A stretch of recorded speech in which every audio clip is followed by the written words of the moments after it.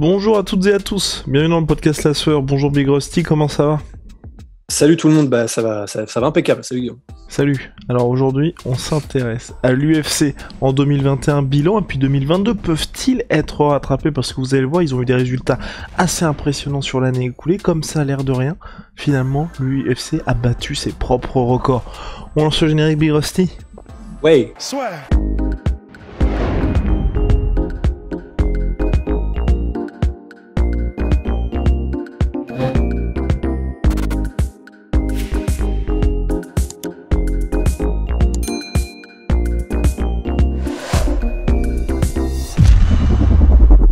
Donc l'UFC en 2021, c'est entre globalement 8,4 et 8,5 millions de pay-per-view vendus, quasiment 1 milliard de chiffre d'affaires, bien évidemment on attend encore les chiffres officiels, et aussi 2 événements avec Conor McGregor. Mais surtout ce qui est important, c'est peut-être ça la stat à retenir finalement, c'est que l'UFC, donc qui a fait entre 900 et 1 milliard de revenus, a vendu entre 8,4 et 8,5 millions de pay-per-view, alors que la boxe, elle, a vendu 7 millions de pay-per-view dans le monde. Donc toutes organisations confondues. Exactement, en boxe, on est à 5 millions de pay-per-view en Amérique du Nord, et environ 2 millions au Royaume-Uni. Selon Bloody Elbow.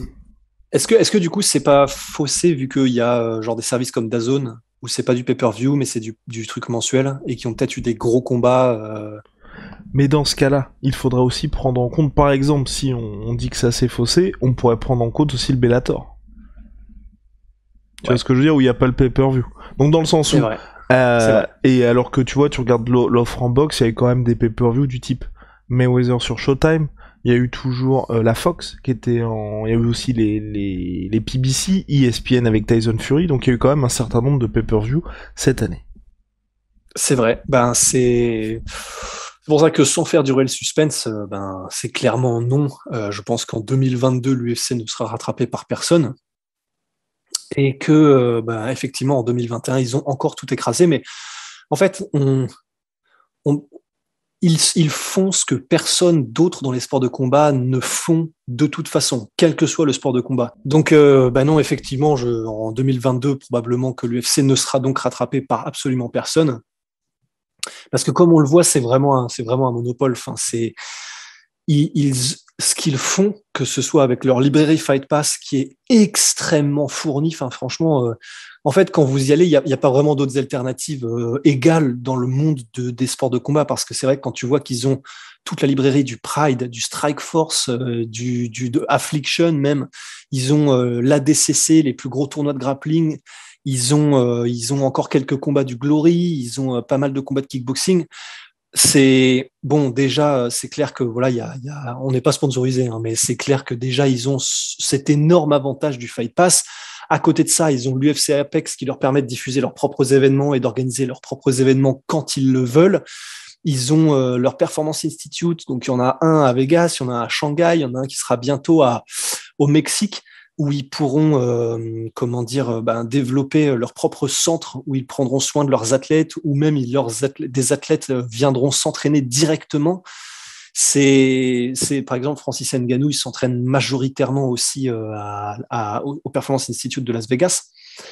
Ils font déjà tout un tas de choses qui sont uniques et qui vraiment montrent leur volonté de constamment proposer de nouvelles choses et de s'établir comme un acteur qui, donc déjà le numéro 1, mais ils le sont déjà depuis longtemps, mais qui en plus creuse son écart de plus en plus.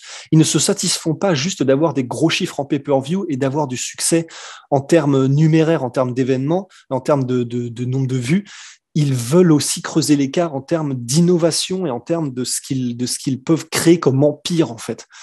Et donc, non, c'est clair qu'en 2022, ça ne changera probablement rien, puisque si changement il devait y avoir, c'est probablement un travail de fond, ou qu'une autre organisation petit à petit grossisse et des idées et arrive à les mettre en place, où on se dit ah oui, clairement, ok, ils ont le flair, 2, ils ont financièrement ils ont ce qu'il faut pour les soutenir, et en plus de ça, tout ce qu'ils font, ça marche et ils le font bien.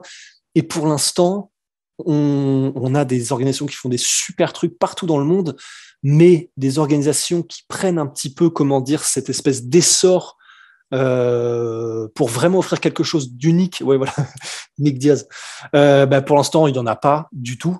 Et donc, je pense que voilà, l'UFC va encore faire la course en tête et creuser l'écart comme Jaja, quoi. Surtout que j'ai cette impression, je ne sais pas si tu la partages, hein, mais que véritablement, depuis 2020, l'UFC a vraiment creusé l'écart sur la concurrence. Et où alors, quand on regardait dans le rétro, c'est vrai que je crois que c'était en 2019 que le Bellator avait été assez agressif en termes de signature. Je pense notamment à Chris Cyborg, il y avait aussi d'autres athlètes, il y a, Roy McDonald, là, c'était un peu plus tôt, je crois. Gegard Mousasi aussi qui avait signé chez eux. Et on se disait, peut-être qu'ils vont pouvoir les rattraper. Mais l'UFC, avec le deal ESPN qui a été signé extrêmement lucratif, ils n'ont pas ralenti du tout.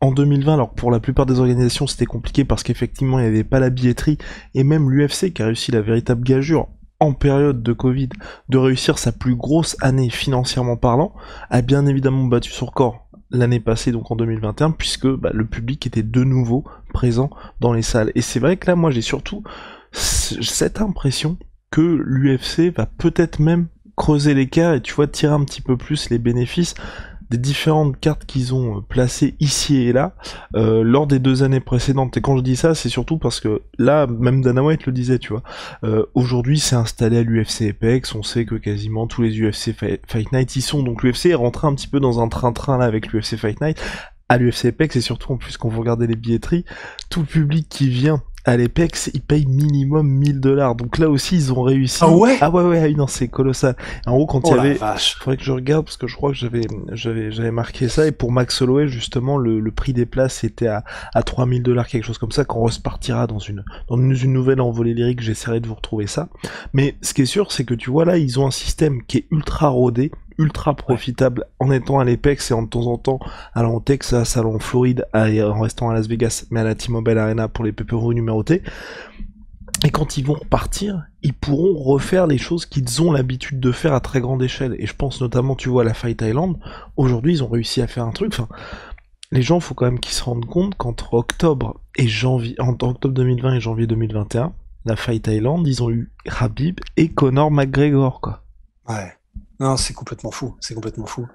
Non, mais c'est pour ça, ils ont tout couvert, en fait. C'est non seulement ils ont tout couvert, mais en plus, ils continuent effectivement d'innover. Et c'est vrai qu'on n'a même pas parlé en plus des choses genre le Dana White Contender Series, qui font que en plus de ça, ils ont aussi une émission dédiée à rechercher les nouveaux prospects, les nouveaux combattants et avoir entre guillemets leur propre couloir en gros d'écrémage des nouveaux talents, quoi.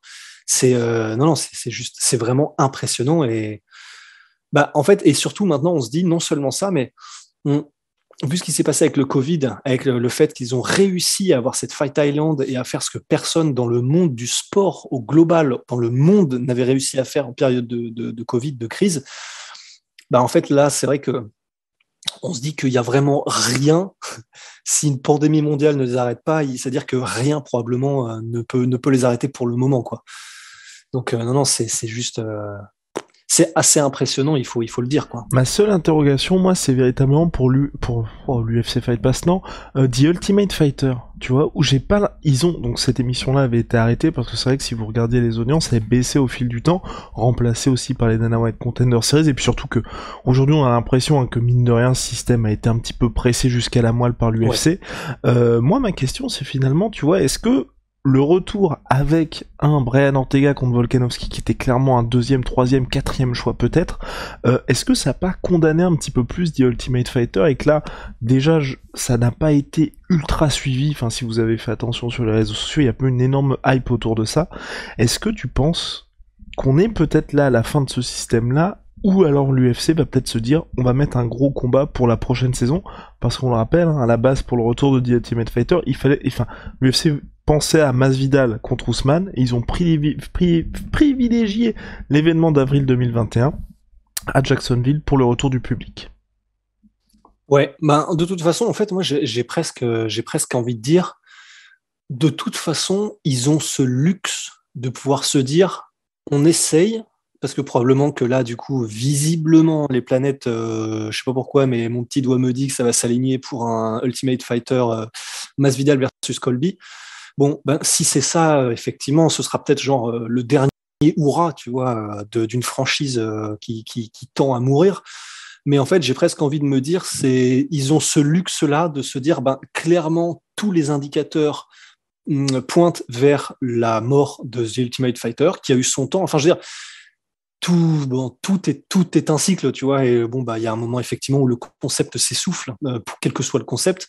Et bon, bah là, ils le savent à mon avis, ils s'en rendent bien compte, mais ils se disent bon, bah peut-être effectivement que avec une vraie rivalité chaude comme comme Colby versus Masvidal, qui peut effectivement rapporter pas mal de spectateurs.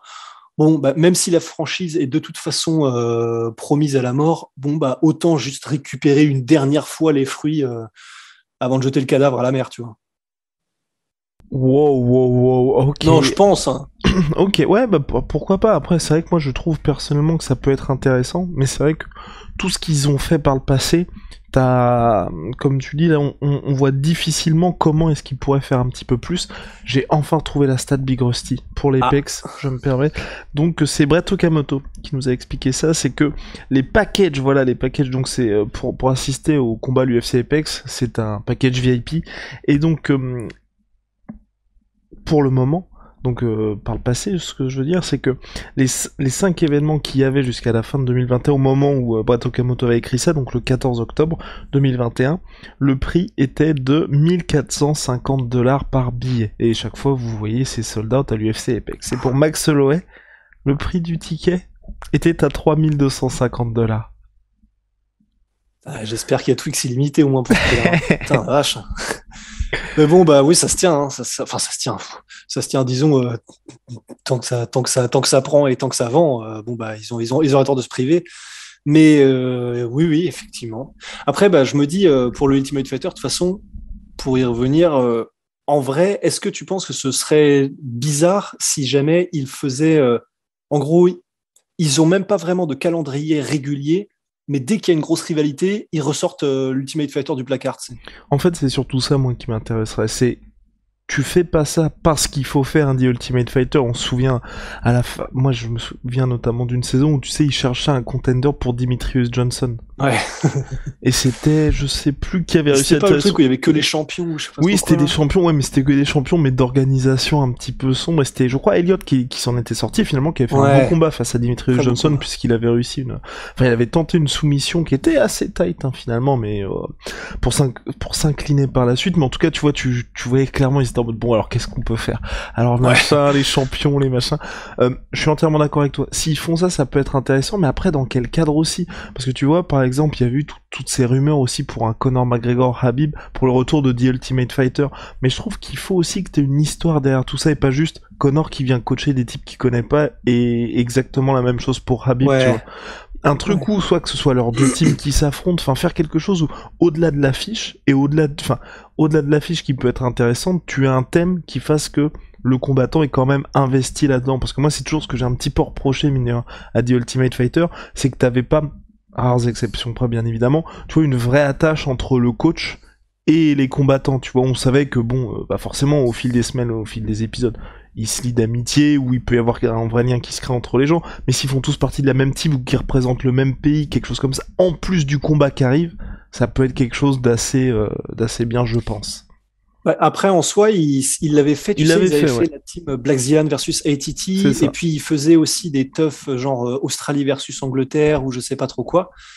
Donc c'est vrai, ils l'ont fait, mais c'est vrai que je suis d'accord, ce serait encore plus intéressant s'ils faisaient ça, mais avec vraiment des fighters dans le sens, du coup, ça aurait été Conor et Artem Lobov et je sais pas, et Dylan Dennis et puis quelques autres contre je sais pas, Nick Diaz, Chris Avila et puis Max, comment il s'appelle déjà ils ont un prospect. Non. Nick Maximoff. 7-0 apparemment et qui est pas mauvais. Donc voilà, ouais, c'est vrai que ça ce serait vraiment très intéressant et puis ça ferait forcément entre guillemets de la meilleure télé puisque du coup là l'investissement émotionnel de tous serait au plus haut quoi. Non, c'est vrai, ce serait cool, ce serait marrant. J'aimerais bien aussi moi pour la suite pour 2022 que l'UFC prenne quelques risques, même c'est vrai que là c'est un petit peu compliqué entre d'un côté rester à Las Vegas ou dans les marchés qu'ils connaissent où c'est effectivement facile de faire sold out, que les gens savent exactement ce que représente l'UFC, mais tu vois l'événement en France dont on parle, un événement potentiellement en Afrique, le retour de l'UFC aussi en Océanie, enfin quelques petites choses comme ça, tu vois, moi j'aimerais beaucoup, même on l'avait reproché, moi j'étais assez triste de ça, c'est que tu vois, pour le premier événement de l'UFC en Russie, on avait une carte qui était pas à la hauteur, j'avais trouvé à l'époque, tu vois. En fait, moi j'ai vraiment envie que, et même si je comprends complètement, entre faire l'événement à Las Vegas où vous avez déjà tout est là au niveau infrastructure, vous savez que vous avez cartonné en pay-per-view, ou aller dans un pays où les gens sont pas habitués, ce sont des horaires différents, enfin tout est compliqué, mais tu vois, qu'ils puissent marquer un petit peu les esprits là où il y a moyen de marquer les esprits parce qu'on sait que c'est possible. Le premier événement en France, faut que ce soit une grosse carte. Voilà. Pas un fight night. Ouais. Même si. Non, c'est clair. Et je suis d'accord. Et ça, c'est vrai qu'en plus, c'est quelque chose. Je sais que ça fait un petit bout de temps déjà qu'on est. Pas même pour Conor frustré. Avec l'Irlande, si, ça fait longtemps. Exactement. En fait, c'est ça. Moi, je pensais à Conor et dans un stade en Irlande. Et je pensais aussi, tu sais, à l'UFC 209 à Los Angeles avec les frères Diaz. Enfin, c'est vrai qu'en fait, il y a eu plusieurs occurrences comme ça où tous les fans, parce que c'est pas que nous, je me souviens que tous les fans étaient en mode, bah ouais, effectivement, enfin. Imaginez les images que ça ferait un Conor dans un stade, 80 000 personnes en Irlande. Tu peux trouver un stade couvert, il n'y a pas de problème. Un stade en Irlande, Conor McGregor contre n'importe qui, mais il n'y a pas de problème. Ça fait comment dire, des... C'est pour l'histoire. C'est ça, je vais pas faire de comparatif un peu fumeux avec Rumble in the Jungle parce que c'est pas exactement les mêmes époques, les mêmes enjeux, les mêmes données, les mêmes caractères, mais n'empêche que effectivement un Conor, l'UFC qui aurait dans sa banque d'archives, dans sa banque d'images et de vidéos, Conor qui rentre, tu sais, un peu comme ce que fait le Glory avec Badrari, avec cette image de Conor qui rentre. Et derrière le stade, 80 000 personnes avec des gens avec les lumières de leur téléphone et tout. L'ambiance. On a déjà eu une ambiance avec 20 000 personnes à la O2 Arena à Dublin avec Conor McGregor. 80 000 personnes, 80 000 Irlandais et Conor. Franchement, Conor approche de sa fin de carrière. Si on n'a pas eu ça avant la fin de sa carrière, ce serait vraiment un crève-cœur, quoi. T'imagines? Ce serait terrible et surtout ils ont déjà manqué cette occasion-là, mais là encore parce que c'est très compliqué. Je sais plus si c'est Dana White ou si quelqu'un d'autre en avait parlé ou peut-être Joe Rogan, parce que cette question-là s'était posée aussi pour Darren Till avec un combat en fil pour Darren Till. Mais en gros, au-delà des combats, faut aussi vous dire parce que l'UFC avait fait ça pour Michael Bisping, un petit cadeau qu'ils avaient fait à Michael quand il avait défendu sa ceinture face à Dan Henderson à Manchester, mais c'est parce que c'est pas les mêmes sommes qu'un Conor McGregor potentiellement, un Michael Bisping, mais c'est que l'argent, au-delà des pay-per-view, ce qui représente aussi beaucoup de sous pour l'UFC, c'est tout ce qu'il y a autour de ça, et donc quand on dit autour, on parle bien évidemment des jeux, des paris, et les paris, forcément, ils se font à Las Vegas, ou en tout cas c'est beaucoup plus facile de mettre ça en place aux États-Unis plutôt qu'à l'étranger, mais je suis entièrement d'accord avec toi, je trouve que c'est vraiment dommage de se priver de ça, de se priver de moments qui feraient le sport, où là par exemple, le Francis Ngannou, Cyril Gane, mineur à l'UFC, ils doivent se dire heureusement parce que je sais plus à combien est repassé la jauge, mais on n'aurait pas pu être dans un stade en folie.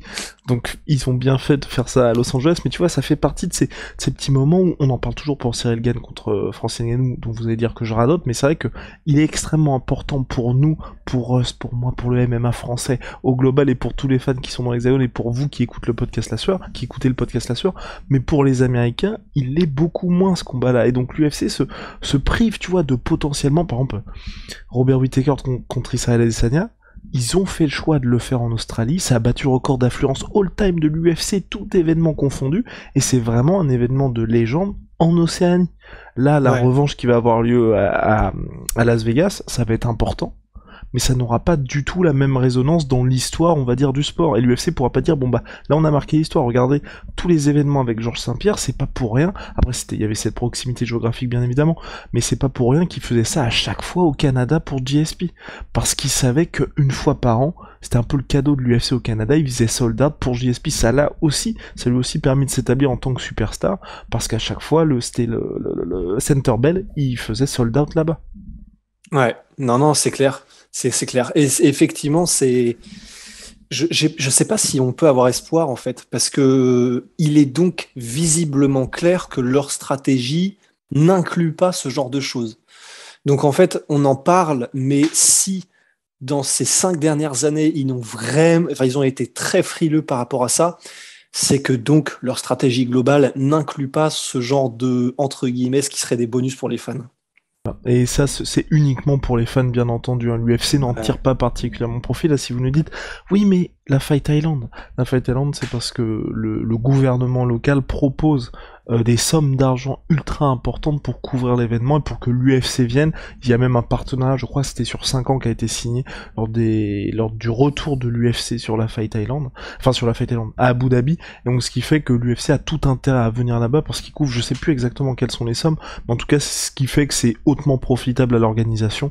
Et donc, là, ils ne prennent pas de risque à aller dans cet endroit-là. D'ailleurs, vous voyez, la salle est quand même plus petite, était en tout cas plus petite pour les débuts. Là, ils ont fait l'Etihad Arena maintenant à Abu Dhabi, qui va accueillir les futurs événements. Mais il faudrait, pour que l'UFC prenne même pas le risque, mais pour aller un petit peu à l'étranger, qu'il y ait une organisation qui veuille bien valider tout ça. Et puis d'ailleurs, hein, ne vous y trompez pas, c'est pour ça aussi que l'UFC n'est pas revenu à Londres, parce que pour l'instant, il y a une petite maladie qui traînasse, qui fait qu'ils ne peuvent pas faire sold out là-bas. Et même à Londres, hein, on peut le regretter, enfin moi en tout cas je le regrette, depuis quelque temps. Je trouve que les cartes, c'est vrai, on pourrait avoir des dingueries quand même. Ah ouais, non mais ouais. Bon, là, c'est sûr que bon, il faudrait aller voir ce qu'en sont les raisons, mais là, franchement, c'est vrai que sur ces 12 derniers mois, on aura eu des cartes, je pense, particulièrement claquées quand même.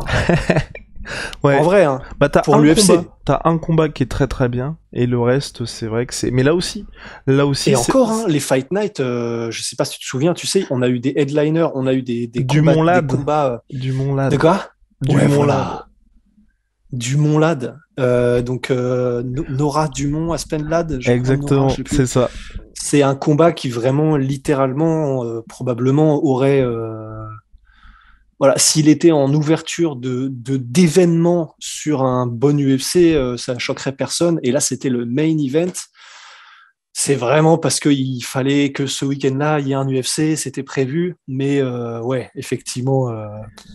Et pourtant, Ross, l'UFC a battu tous ses records en 2021, donc c'est peut-être pour ça. Voilà. En tout cas, on vous dit, normalement, ils sont partis pour poursuivre sur leur lancée, qui devrait rester comme ça. Donc si vous êtes fan et que vous aimiez ces cartes chargées du début à la fin, ça ne devrait pas, sauf énorme révolution, surtout quand on regarde le calendrier de l'UFC, hein, ils sont entre 40 et 45 événements par an, c'est impossible d'avoir des cartes chargées tout simplement. Et puis une chose est sûre aussi, c'est que il y a pas de marche arrière, quoi. Donc c'est pas comme s'ils allaient se dire, je pense pas, hein, on peut se tromper, mais c'est pas comme s'ils allaient se dire, effectivement, c'était quand même mieux quand il y avait un petit peu moins d'événements, mais qui s'étaient beaucoup plus chargés. Allez, on revient à 30 événements par an. Bah non, c'est soit ils feront égal, soit plus, mais il n'y a pas de marche arrière. Bah voilà. Mais on espère, en tout cas, moi ce que j'espère juste, c'est qu'il reste, tu vois, avec quand même ce principe, ça devrait pas bouger. Et heureusement, tu vois, qu'il y a le pay-per-view, malgré l'équivalent de 500 000 pay-per-view que fournit ESPN, au moins, tu vois, chaque mois, tu as ton énorme rendez-vous. Ouais. Voilà. Non, c'est clair. Je pense qu'on a fait le tour sur la question sur à quoi faut-il s'attendre pour l'UFC en 2022 et le petit bilan de 2021. On avait parlé aussi des chiffres énormes de Conor McGregor. À voir s'il revient l'année prochaine. Big Rusty. Big shout out Sweet Pea, my sweet protein. Moins 38% sur tous mes protéines. Oh wow, avec le code La Sueur. Venom, sponsor de l'UFC, sponsor de La Sueur. See ya.